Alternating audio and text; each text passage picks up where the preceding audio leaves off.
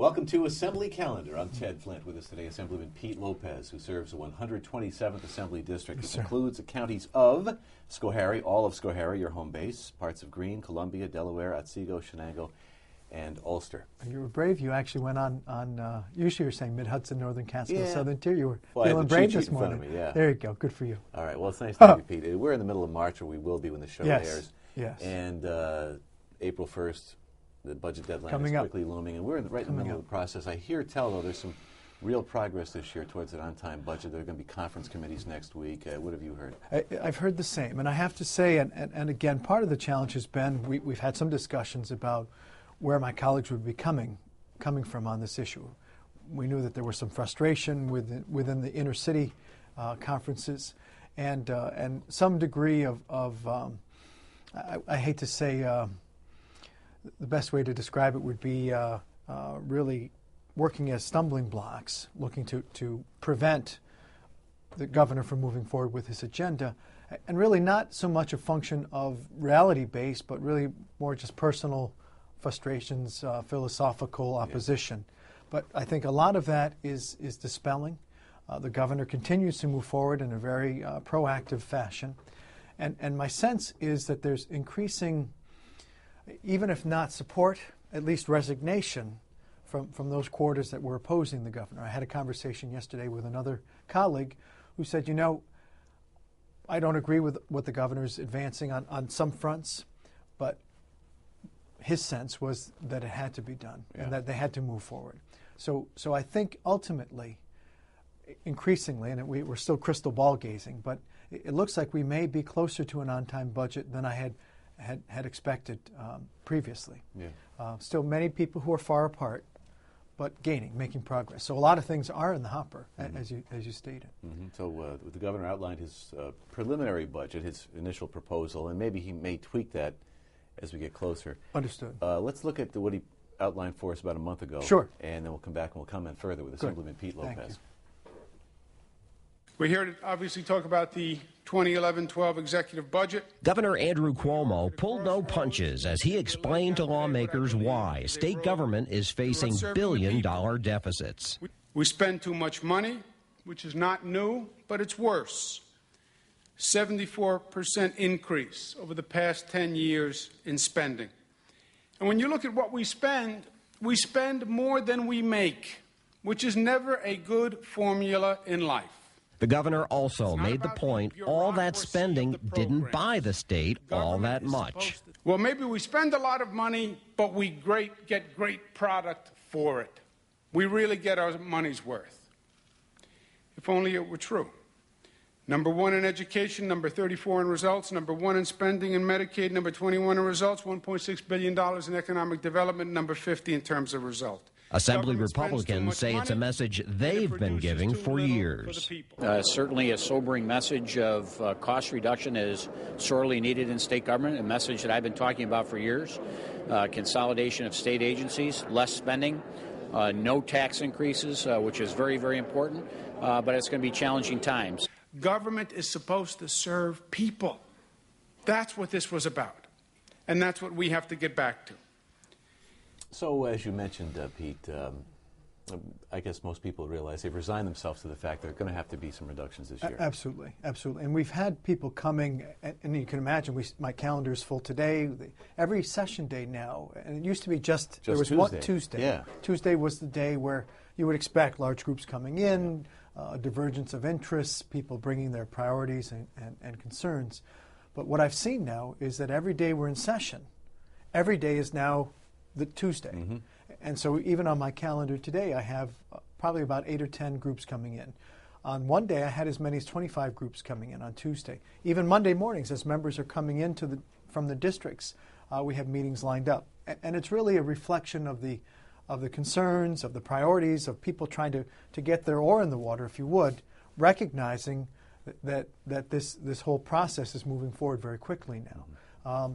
We're even going into public hearings and seeing a lot of feedback there, too. I guess the hearings have concluded. Yes. But they were taking place over the last couple of weeks. Correct. Some high-profile hearings, education, Absolutely. Medicaid, and whatnot. Now, you heard testimony in what hearings? Well, we've heard from environmental conservation, from economic development, education, and there's so many of us in the room, and ultimately I'm sure we'll show some of the hearings in the process. You have a clip or two. But we've had so many members who've wanted to participate.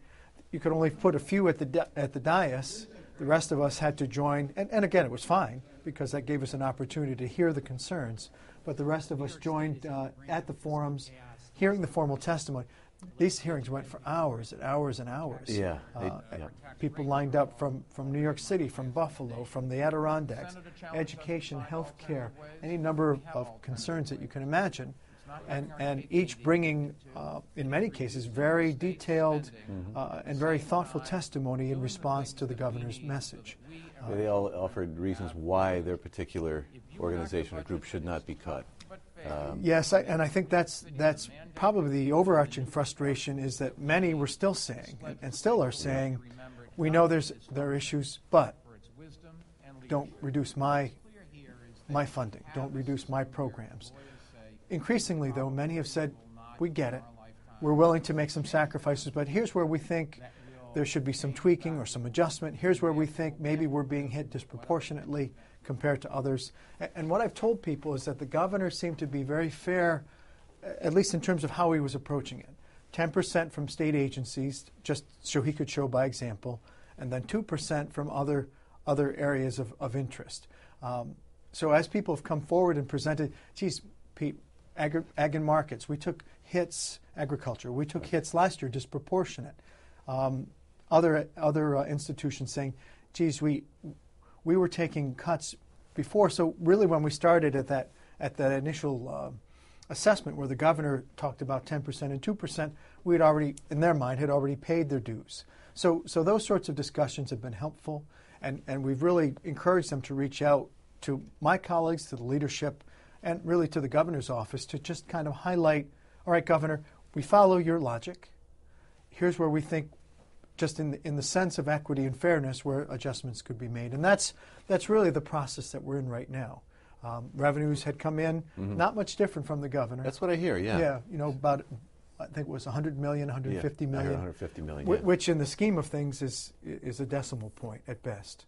So to see that people have rallied around the governor's estimate, the hearing processes are concluded, conference committees will begin next, and that's where targets are set by the leadership for each of these issues, tourism, education, healthcare, housing. And it'll be very difficult because the dollars will be limited and so many priorities to take care of. I want to follow up on one thing you said, ag and markets, or agriculture in general taking a hit. Now that's right. the state's top industry. Well, and that's really the critical piece in the governor's budget message. Yes, let's stabilize the state. Let's address the deficits, put them to bed if we can, stop them from occurring. But don't forget to build the economy. Don't forget he had a little message on his presentations. New York open for business. Well, in that mix, in the mix of realignment and reassessing, we really should be paying attention to those things that help strengthen the economy. Right. Because when push comes to shove, if agriculture fails, we fail. Our economy fails. Right. If small businesses fail, we fail. So to the extent that in the midst of the decision making, that we can strengthen and encourage investment, value-added processing, local food production, small businesses hiring individuals. To that extent, we help support education and health care and roads and bridges because the revenue that they bring, the jobs they bring, provide what's needed for those services and for the state as a whole. Because agriculture, as you just pointed out, agriculture is a wealth generator. The others are wealth consumers. Right, and so that's the challenge. And we've heard this phrase before, and it might have been Papa Cuomo who used the phrase using a head and heart to govern, and that's really where we're at right now. The balance, sure. Yes. Let's get to HAVA, the Help America Vote Act, and that I guess was enacted in 2007. Right. And there was federal, right. And as New York was going to be in compliance or not, there was some question as to whether that was going to happen. This clip we're going to look at, we have a segment we're going to look at concerning voting machines for villages and municipalities. Right. Just in a nutshell, New York State compelled to move in a different direction to meet the it really was driven by handicapped requirements. I see. But small and rural communities in particular have been hard pressed to address. Villages more recently said, geez, we're struggling, we'd like to hold our village elections, but we're not quite there yet in terms of meeting the letter of the law for HAVA. Could you provide us a window, give us some exemption as we try to get through village elections? And that's so that we had special legislation on the floor statewide trying to accomplish that. All right, and that's a good setup. We'll take a look at Pete Lopez on the floor of the Assembly, then we're back with Assemblyman Pete Lopez. At age 21, I was first elected to serve as a village trustee in a small rural village of 1,200 people. And in the district that I represent, we have many small rural communities that have reached out to me on this issue and made it very clear what a hardship would be presented to them if it were not for this bill. So I do want to commend our sponsor. I know that she also has experience as a local official and stays very close to our colleagues at local government level. So I will be voting in support of this bill and hope, again, that it will also move in the Senate and be signed by the governor. Thank you. Bill have bipartisan support? It did. It did. And it was, again, across the state. So passed both houses. We're hoping the governor signs it. I want to get this pronunciation of this last piece right.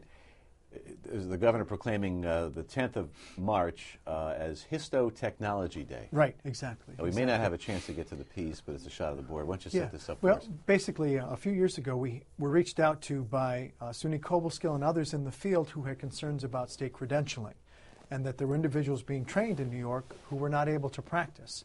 So working together, we passed legislation. The governor signed it.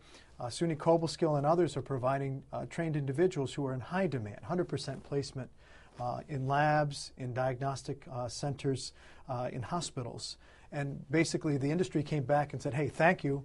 And geez, could you share the message with your partners, and asked us to proclaim a resolution. Well, we've got a shot of the board here. Sure. I think let's take a look at that, and we'll wrap it up. We can maybe even talk. I don't know if we can talk over this, but let's look at it. Sure. We're back to wrap it up with Pete Lopez. Assembly Number 175, Mr. Peter Lopez, legislative resolution memorializing the governor to proclaim Thursday, March 10, 2011, as Histotechnology Professionals Day in the state of New York. On the resolution, all those in favor signify by saying aye. Opposed, nay. The resolution is adopted.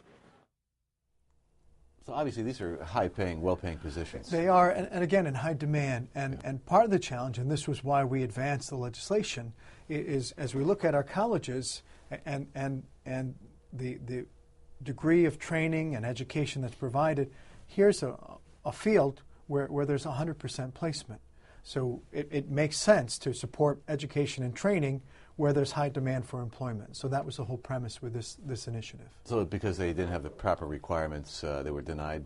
Correct. Yeah. So people. Positions. So it doesn't seem right, does it? So it was a combination of dealing with regulatory reform, linking with employers, and making sure that the credentialing and the educational piece fit. So it was a good match, and so we're moving forward as a result. Okay, we have about a minute left, just under a minute. Yeah. When people come into your office, yes, and you mentioned you meet with groups frequently throughout the session. What's the top thing on their minds? Well, I have to say, and when you put it in perspective, our role is pretty expansive. We're often as much a counselor as we are troubleshooters and people working proactively. So half the challenge is people dealing with the recession, dealing with the whole issue of scarcity and the impact on homes, families, and businesses. So I try to listen as much as I speak, and then we get down to, okay, let's move on and work on your issue. You don't lose your temper ever? Workouts help. I do the wine, do workouts, and church helps keep me focused a little bit. Yeah, it does indeed. Well, Pete, if you want to get in touch with Assemblyman Lopez, you can do that by ringing him in his district offices, 943-1371. That's in Catskill. 563-2919 in Sydney, or in Schoharie, his home base, 295-7250. Assemblyman Lopez, good to see you as always, and good luck to you. Thank you for joining us on this edition of Assembly Calendar. We'll do it again soon. I'm Ted Flint.